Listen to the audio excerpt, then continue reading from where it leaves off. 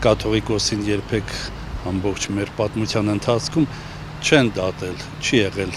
դատական պրոցես։ Այնինչ տեղի է ունենում Հայաստանում եւ ինչ արձանագրվեց օգոստոսի 7-ին, աննախադեպ իրադարձություն էր, որը ստացավ համազգային ամոթի եւ խայտառակության օր բնորոշումը։ Ամենայն հայոց կաթողիկոսի ու 6 եպիսկոպոսի մուտքը դատարան։ Այս կադրերը նույնիսկ եկեղեցու պատմությունն ուսումնասիրող մասնագետների համար հակասությունների մի մեծ կծիկ են։ Պետություն եկեղեցի հարաբերությունները միշտ չէ որ հարթ են եղել, սակայն երբեք վեհափառին դատարան չեն հասցրել։ Կիլիկյան Հայաստանի ժամանակ, երբ որ Լևոն թագավոր մեծագործը ցանկացել է դառնալ թագավոր, մեծ իշխան ավելի շուտ, ժամանակ կաթողիկոսը դեմ է եղել եւ կաթողիկոսին սպանել են, ձերբակալել են եւ սպանել։ Նաեւ ասենք Խորեն Մուրադբեկյան կաթողիկոսին 1938 թվականի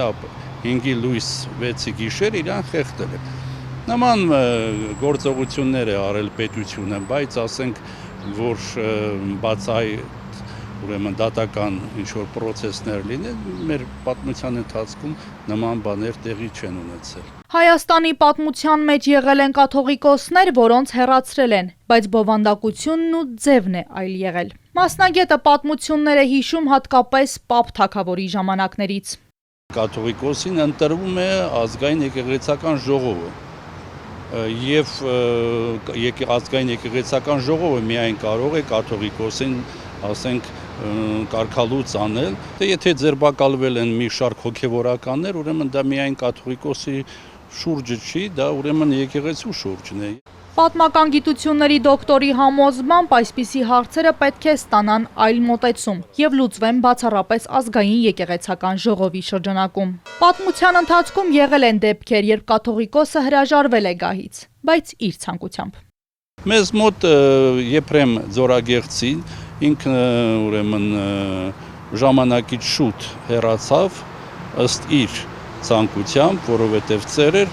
եւ ընտրվեց նոր կաթողիկոս։ Եթե կաթողիկոսը կարգալույծ է անում, ասենք, թեմի առաջնորդին, պետությունը իրավունք չունի խառնվելու այդ հարցին, որովհետև դա իր գործը չի։ Ինքը չի կարող վերականգնի եպիսկոպոսին, իր թեմի առաջնորդ վերադարձնելով իրան թեմի առաջնորդ։ Իրավական ընթացքը սկիզբ էր առել վարչապետի հակակաթողիկոսական արշավին միացած 10 եպիսկոպոսներից Գևորգ Սրբազանից։ Գարեգին II-ը պաշտոնանկ էր արել նրան, իսկ դատարանը պարտավորեցրել էր վերականգնել հոգևորականին։ Մայրաթոռը սակայն չվերականգնեց ու կարգալույծ արեց նրան, հայտարարելով, որ այս հարցերը դատարանի տիրույթում չեն, սա միջամտություն է եկեղեցու ինքնավարությանը։ Քննչականը սա համարեց դատական ակտի խոչընդոտում։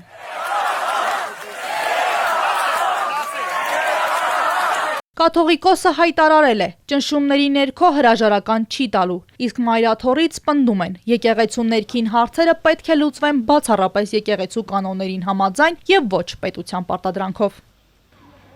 Մանուշակ Մերքոնյան, Հարություն Հովսեփյան, Էպիկենտրոն։